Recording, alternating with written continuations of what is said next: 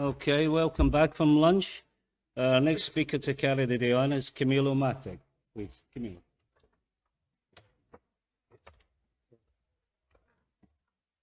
Hello.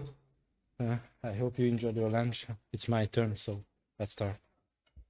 It is a short introduction. My name is Kamilló, and I am a hacker. Here you can find my homepage and my email address. I am working as a senior cybersecurity expert or ethical hacker at KPMG Hungary. Here you can find my favorite topics, so hacking, exploit and malware development, reverse engineering and source code reviews. I am happy to do that. Today I will talk a little bit about monitoring systems and an exploit that I made. So if you are not familiar with the monitoring systems, here is a short introduction for that. Mainly there are 3 topics here. Of course, it is not a definition, but hopefully it's enough for this speech. So first, the monitoring systems collect the data. The second group is the display, the information, and the third group is the perform the action group. So you can see that what is going on, and the perform action for us, it is important. The speech title is The Key to an Entire Kingdom, and the reason is this picture that you can see here. There are green and red bubbles. These are hosts, and in the middle there is one. It is the monitoring system which monitors all of the others. And why monitoring systems are a good target for a hacker? They store sensitive information. They have natural access to almost everything. Even network scanning is normal. And there are, of course, firewall exceptions, special rules, agent, and so on. And there is this important thing, this ability to control everything. This is how it is done normally. There are different types of monitoring systems. I choose Pandora FMS, and this story of the Pandora FMS is easy. I have a friend who is a system administrator, and he mentioned that it is a good open source software, and it is better than the old monitoring software. And this is the reason why I choose that. So if you would like to know about Pandora FMS, please visit their homepage. They have more than 20 years of history. There's one important sentence at the bottom of the slide: 100% secure monitoring. So it is a challenge, especially for a hacker. So if you see that, somebody will check the product at the end, I'm sure. So it is relatively widely used, and I found multiple vulnerabilities in this product. So to understand why I did what I did, you must understand the whole process. So it is more than 11 different vulnerabilities that I found. The first vulnerability, you can see the CVE number for that. It is an interesting one because according to the vendor, it is not a vulnerability. What I did is easy. There is an alert system, and you can define alerts, you can define commands, and if you are able to trigger the alert, the code is executed. With that, I was able to open a reverse shell, which runs as root. But it is not a vulnerability, because this is how they would like to use their software. That was the explanation. So I was a little bit sad, because according to me, at least, it is not secure. But I got in touch with the CEO, and he was interested in my research. And I got the permission to test the application. And I won a little bit because the application does not root us anymore. And this is a process. There were multiple discussions and other stuff, and here we are. I have more than 11 accepted vulnerabilities, and 2 of them is disputed. And it is an interesting part again. So during this discussion, there was a famous sentence, and it is important to us. It is not allowed to upload PHP files even with an admin account. That was their sentence. So not I say that, they said that.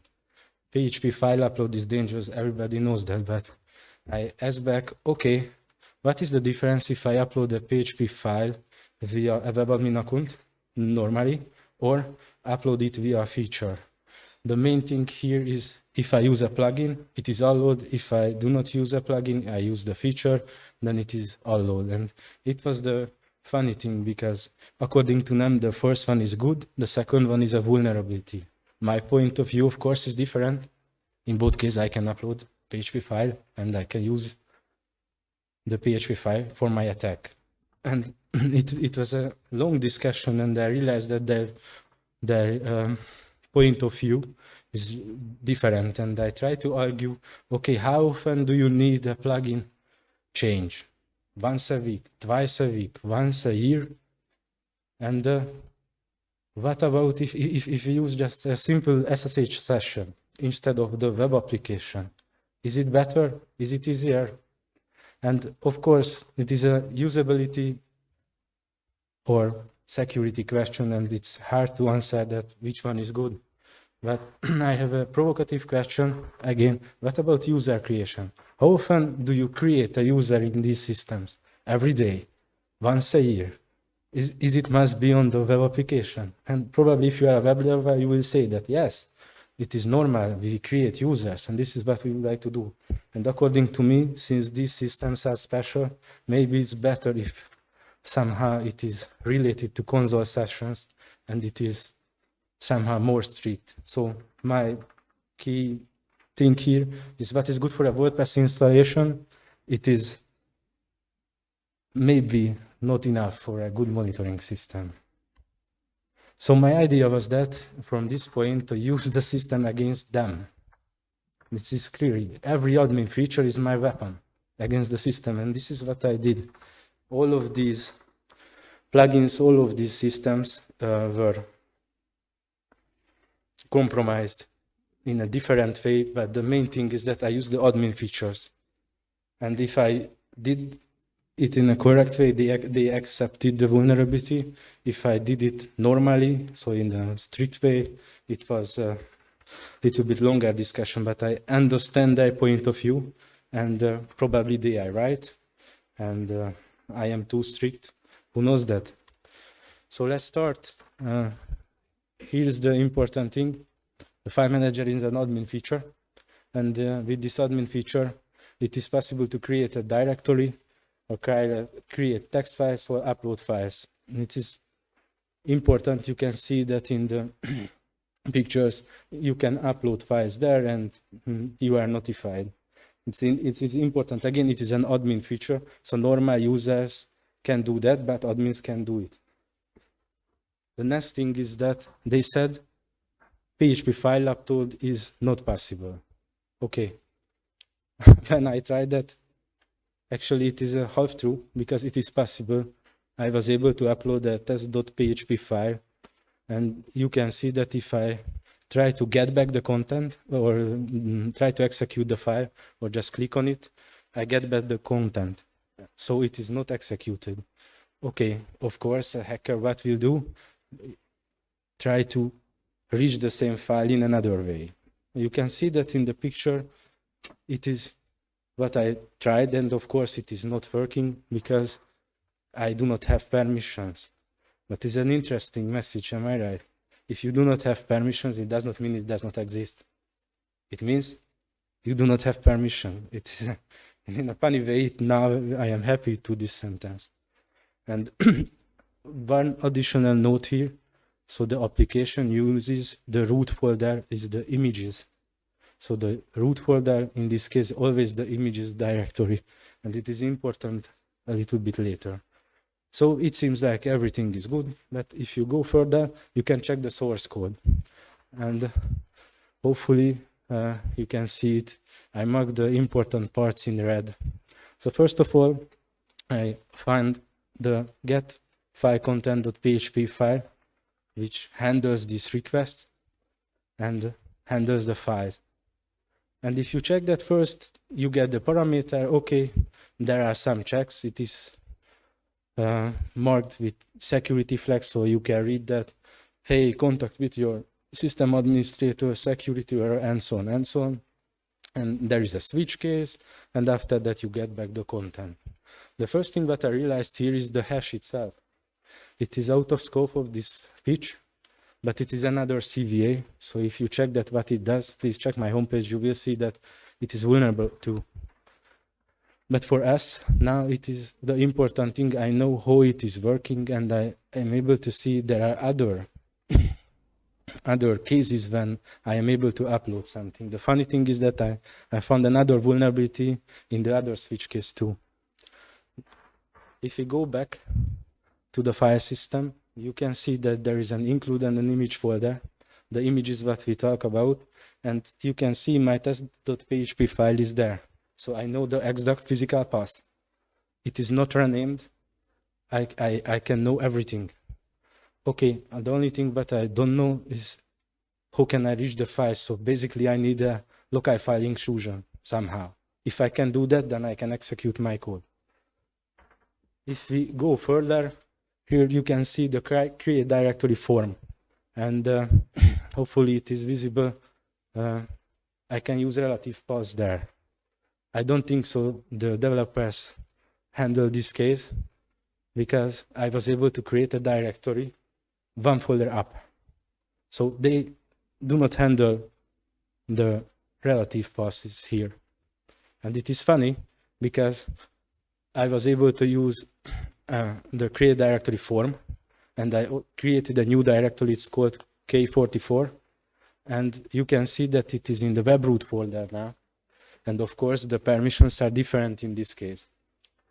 You can see that again, you do not have permission to access this new folder. So of course, what is the next step? The next step is easy. I would like to use my new folder, and I upload my attacking code there. Okay, this is what has happened. You can see that and here is the request, and the top of the page, it is marked with red, the whole post request, and all of the important things are marked with red. So there is this test.php file. You can see my attacking code. This is just a simple echo, and you can see the directory and the real directory parameter, which is set according to my wish. There is also a thing here, this hash and hash2, but we will talk about a little bit later. So what was I able to do? I was able to upload a file, and I can execute it, and you can see that the Kamilló test string is there. So I have a code execution here. The important note here is the folder. So do I really need a new folder? And the answer is no. I can use the include folder too. The include folder handled in a different way in the software. So every PHP file that can be called from outside, it is almost inside the include folder. So the folder creation is not necessary, but this is how I debug the software. So this is the reason why it is there. Okay, I have a file upload vulnerability, and I have a remote code execution. Great, but of course I want more, because I did that with a web admin account. And during the discussion, there was a famous sentence, how you become an admin anyway? It is a good question. The first thing here, authentication bypass. Okay, somebody else in the past found an authentication bypass. It was around 2010.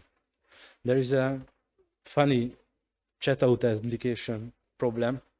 So the chat history was visible from outside without authentication. So the users, the conversation, everything. I found that vulnerability too in this software. I thought it was interesting for the others. So it is a GDPR thing, but it was not. It was a life lesson for me, because I thought, I found something interesting, and maybe it is interesting, but unfortunately it was not. SQL injection. So there was a team, they got in touch with me, and they performed a source code review on the product, and they found SQL injection there. And it was up to me what I do. And okay, I choose another way. The next two things that came out is, first one is the cross-site scripting session hijacking. I showed that already in the software. You can check my YouTube page. So there is a more than 12 minutes video about the whole process. The last thing that I choose is session riding. Okay, so what I would like to do, I would like to use a low-level user. I would like to somehow put a stored in the XSS somehow in the page. The web admin user will visit it. It will execute my code, and somehow I would like to obtain a reverse shell. That was the deal. So I started working on the XSS part. Since I found already XSS in this product, I had a script, but I made it as a pure bash script, and I was able to use that again. So simple grep and pattern matching script was in use, and I was able to find one. And this is a proof of that. You can see I was able to use the name of the Visual Console attribute, and you can see it is visible. I know this alert one is not so fancy, but for demonstration it was enough, especially in this environment. So let's do something funny. Here's the funny thing, the chained exploit. So what I would like to do, I would like to create a Visual Console and put it there. At some point, an admin, of course, I will demonstrate it. I will be the admin, will visit this thing, and it will automatically download my JavaScript. Okay, if it is downloaded, it will automatically upload the PHP file via the web admin feature. And then what will happen, I will call it with a simple web request, also from the JavaScript part, and then it will open up a reverse shell. So in a funny way, in a real scenario, it can work, because if I am an attacker and I am able to use the stored XSS, then I must trigger somehow the system. So I can provoke them. They will check the monitoring system and they will visit the site. So it can happen in reality. It seems like first it is hard, but it is, if you understand the logic, then you will see it is not that hard as it looks like.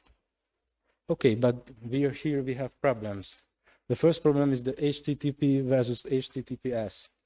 And of course, the cross-origin resource sharing and browser settings. And here I would like to mention another thing, the self-signed certificate is a problem. So if you use self-signed certificate, then you have a pop-up when you open it. If I do that from JavaScript, it will be also a problem and nobody will click it.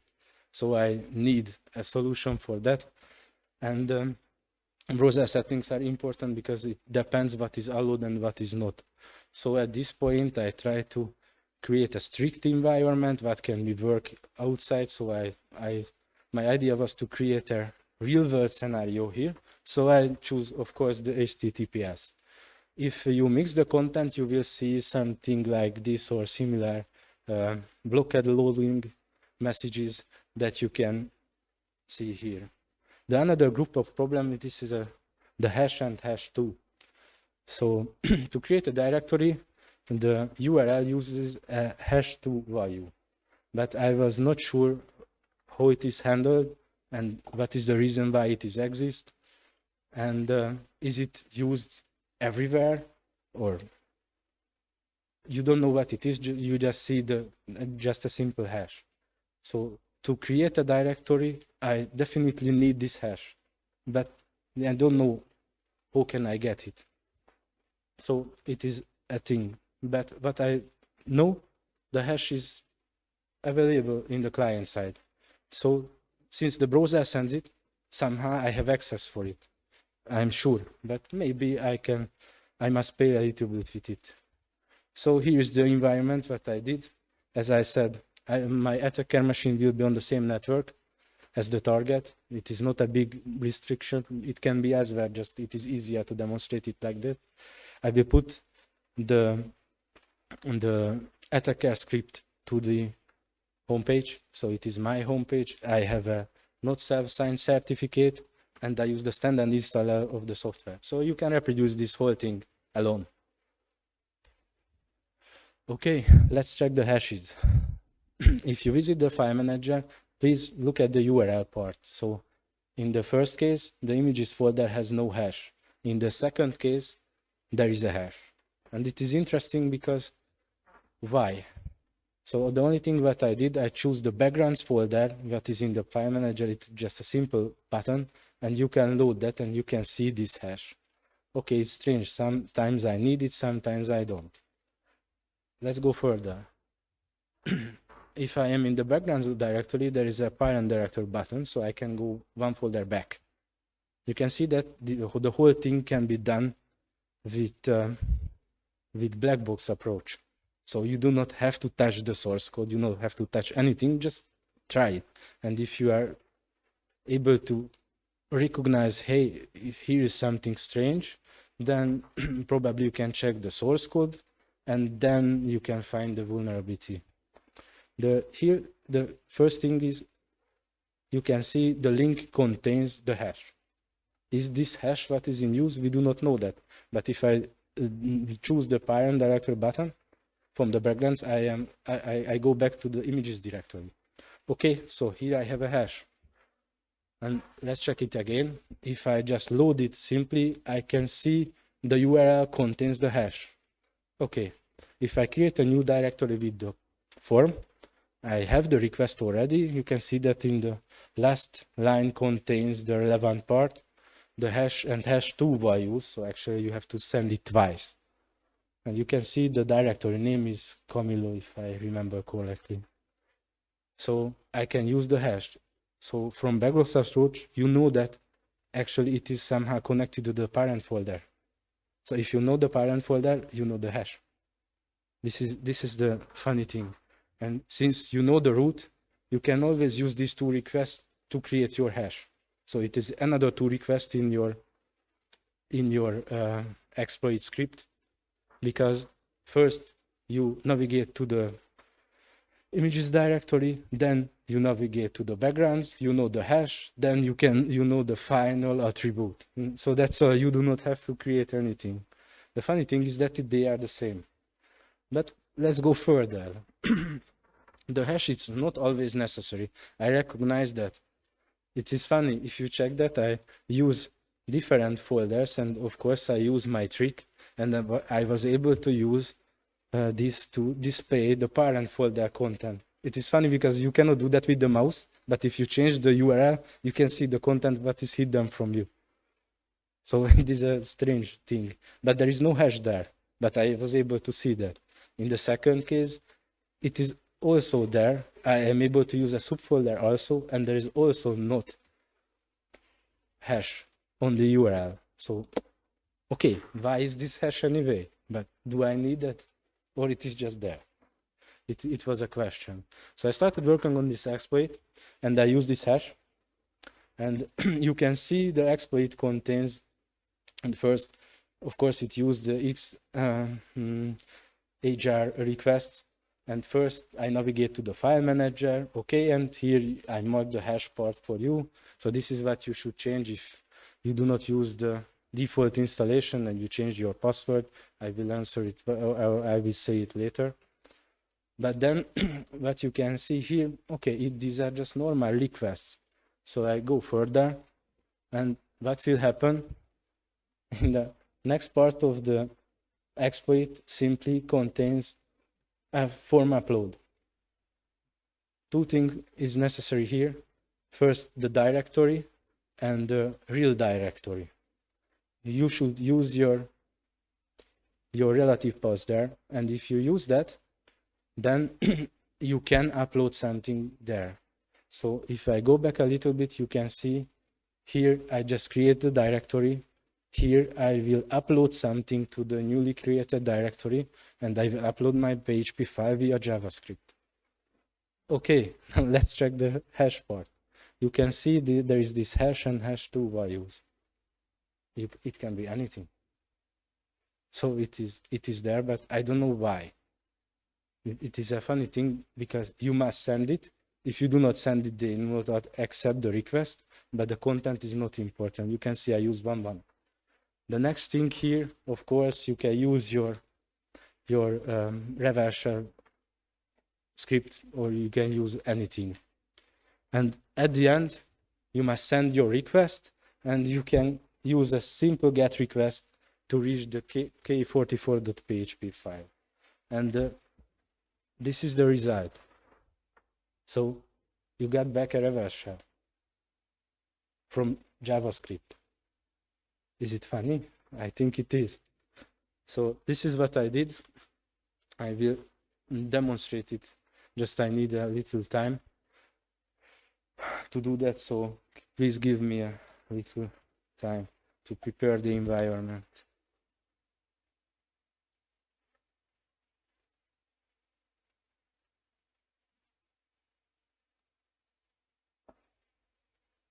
I just need my connection, hopefully.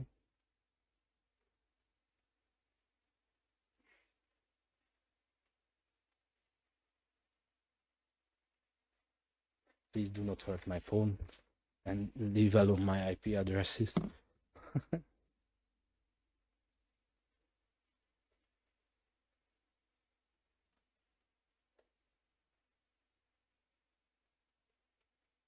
Okay.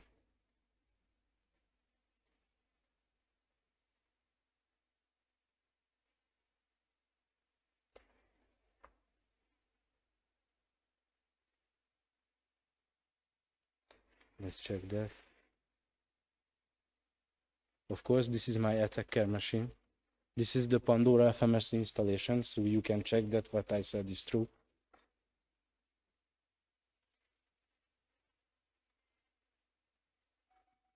Okay, you can see that there is no K44 folder here. So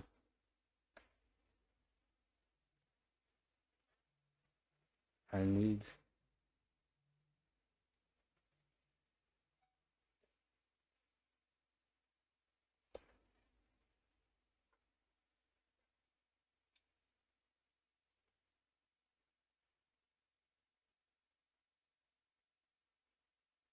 it is important to use the HTTPS. Okay, here you have the Pandora FMS installation, and first I'll show it to you, the test user. So I am not an admin, I am the attacker now. So I was able to somehow get in, so I know a password or anything. I know it from the chat, for example. And here in this topology maps, there are simple things. So here you can create this visual console, and if you set the name parameter, it will be vulnerable. So we will go back because I already prepared that. I do not want to write. And here you can see it looks like this. I am able to create a new one, and I am able to store that. Now you can see I am just a simple operator, so not an administrator. I do not have the file manager feature. Normally it is here. So let's log out.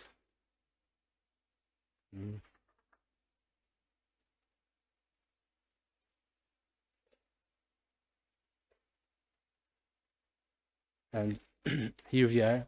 You can see that there are admin features. So there are plugin systems and so on. And I can show you the file manager. This is what I am talking about. So you are in the images folder. And if I go here, here's this parent directory. And if you go back, here you can see the hash. So of course you can handle it with JavaScript. But for us, what is important is this reverse shell. And if you choose the visual console, and you can see it, now it is written what is the script, but of course you can hide it. So I hope everybody is able to do that. So it is just for demonstration purposes.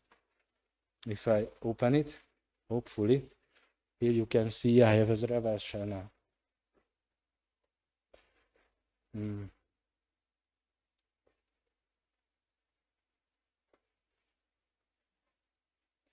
You can see I have a shell.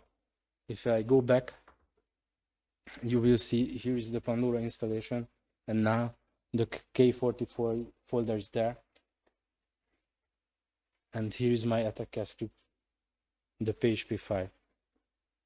And that's all. So I was able to do that. Thank you. The interesting thing here, what happens next? So I was able to find another exploit. Also in the file manager, it's a bit more funny because if you check, they do not handle separate files. So separate file types. I was able to upload an htaccess file also. It's a good old trick, am I right? So 10 years ago it was a funny trick, and now it is working in 2021 also. So what I made, just for demonstration, I made a simple new file type. It's called KPMG Hungary, and this KPMG Hungary is the extension, and of course my name is the file name. And I was able to upload via the file manager this file, and I was able to upload a new htaccess file, and this htaccess file defines a new file type which is called KPMG Hungary, and they execute it like a simple PHP file, and I did it from JavaScript too. So the mechanics is the same. I did that in a similar way. It is a little bit more complex, but it is funny. So that was my journey with Pandora FMS, and I decided to leave the project. So that was my last report to them, and you can see the Twitter comments. I got a thank you at the end. It was funny. And there is one important thing that I would like to mention here. The monitoring systems in general suffer similar problems like this. If you check the other monitoring systems, let's Nogios, for example, if you check the CVE numbers, you will see similar things, and this is the important, maybe the key thing here. So if you buy a monitoring system, or if you use a monitoring system, you know that you bought something which holds your data, and it is a big trust. I do not trust in these systems because by nature they are vulnerable. This is my view. I hope you enjoyed that, so thank you for your attention, and if you have questions, feel free to ask.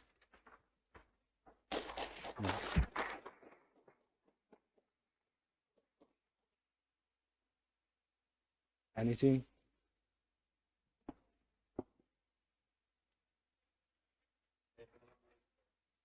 Online question. Let's see. So the question is from HNL Baylor. It's a delicate topic. What an admin should be able to do in a web application. Where do you draw the line? Oh, it's a very good question, and it would be nice if I can say a correct answer for that. So this is the problem. I don't know. I know one thing. So what is good for a web application, a simple WordPress site, it is not good for a monitoring system. This is my view. As I said, maybe I am not right. So if there are web developers here, they will say, why web admin is similar like a normal admin, but as I see, it is not true. So web admin is a web admin thing, and if you have a local admin account or something similar, then it's different. So do we really need this for a monitoring application? I don't think so. Do we really need this in a WordPress? Yes, we need.